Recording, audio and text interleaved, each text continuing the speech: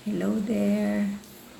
Good news dahil naaprubahan na yung divorce bill dito sa Pilipinas. So, I'm very, very happy kasi for the last 25 years na hiwalay na ako. I'm 55. 25 years na akong hiwalay pero yung pa rin ang ginagamit kong surname, yung surname ng ex ko dahil lahat ng papers ko, lahat ng IDs ko is kung ano yung ako'y married. So, na-excite ako kasi after na mag-file ako na annulment ng 2002 na which is hanggang 3 years na lumakad yung annulment na yung process nila, yung procedure doon, di ba? Pero hindi pa rin naaprubahan ng court dahil sa family court kasi yung napag-filean ko. So, kailangan daw na mag-usap na lang, ganyan. Pero hindi pa rin nag-work out. After magto 2 years na kahiwalay din kami dahil sa, to tell you frankly, I'm a battered wife. And, syempre, sa pagiging sa isang mag-partner, hindi naman yan isa lang ang may problema. Kahit ako, aminado ako na may kasalanan din ako on my part. Hindi naman pwedeng isa lang ang may kasalanan, no? Ibig sabihin, meron lang mas malaki ang kasalanan kaysa sa isa. So, matagal ko na gusto talaga na mangyari yun. So, after that na nag-file ako no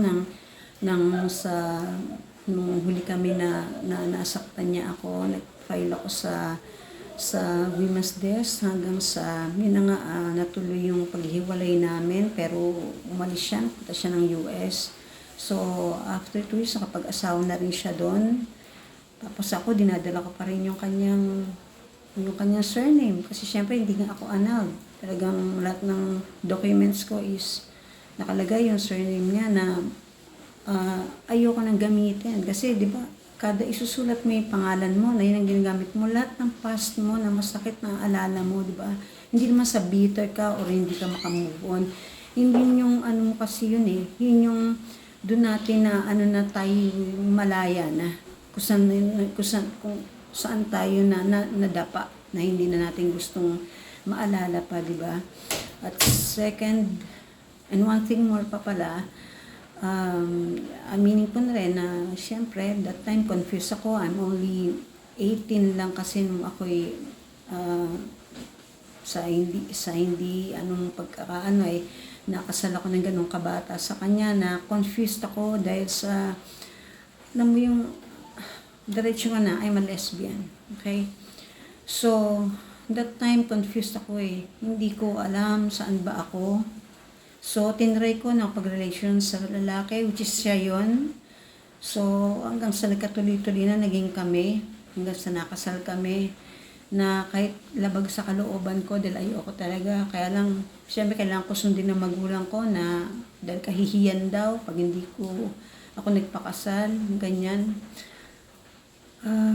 Yun, kaya masaya ako talaga na sa tagal kong hinintay talaga itong pagkakataon na to dahil noon talaga halos lahat ng attorney, lahat ng mapunta ko kahit pa sa public attorneys pa ako pumunta, talagang sinasabi nila na hindi raw pwede kasi pagkasal ka raw, kasal ka na lang rito sa Pilipinas, sa mga pag-ano lang daw doon is annulment, which is ginawa ko nga pero hindi naman nga na-push through.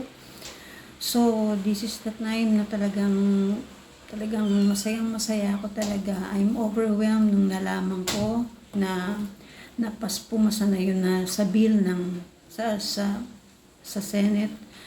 At hindi ko ma-express yung na-overwhelm ako. Talagang nakita ko na, wow, hindi ako mamamatay ng ganung apelido, di ba? Sabihin ko, makukuha ko pa rin yung aking maiden name. Sa totoo, hindi ko man kaya ako gustong mawala yung kaya hindi naman gustong ma-divorce, hindi dahil sa gusto ko mag-asawa ulit, kundi gusto ko lang mabalik ako sa maiden ko, kung anong pagkadalaga ko na surname.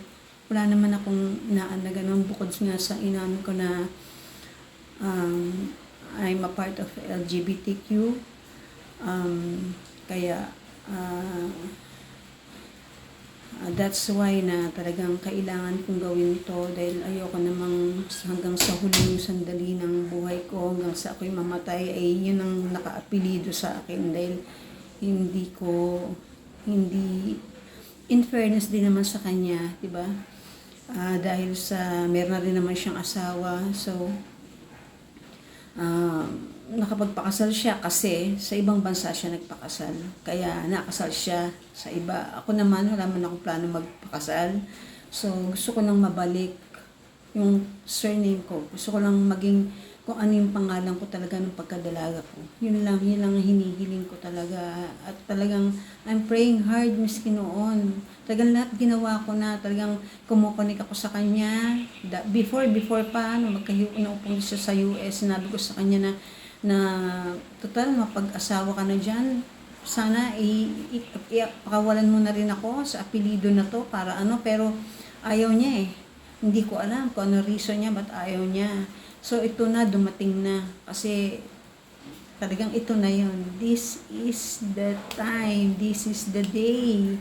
Diba na talagang, ang saya-saya ko talaga. Thank you Lord talaga. Dahil sa, dininig talaga yung dasal ko mula noon kahit napakatagal na.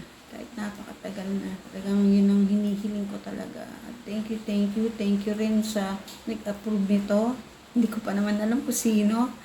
Pero alam ko sa Senate yan ina-approbahan, no? Thank you dahil naiintindihan niyo yung kalagayan namin ang mga nakapag-asawa na hindi na masaya at kakaroon na ng problema sa pamilya.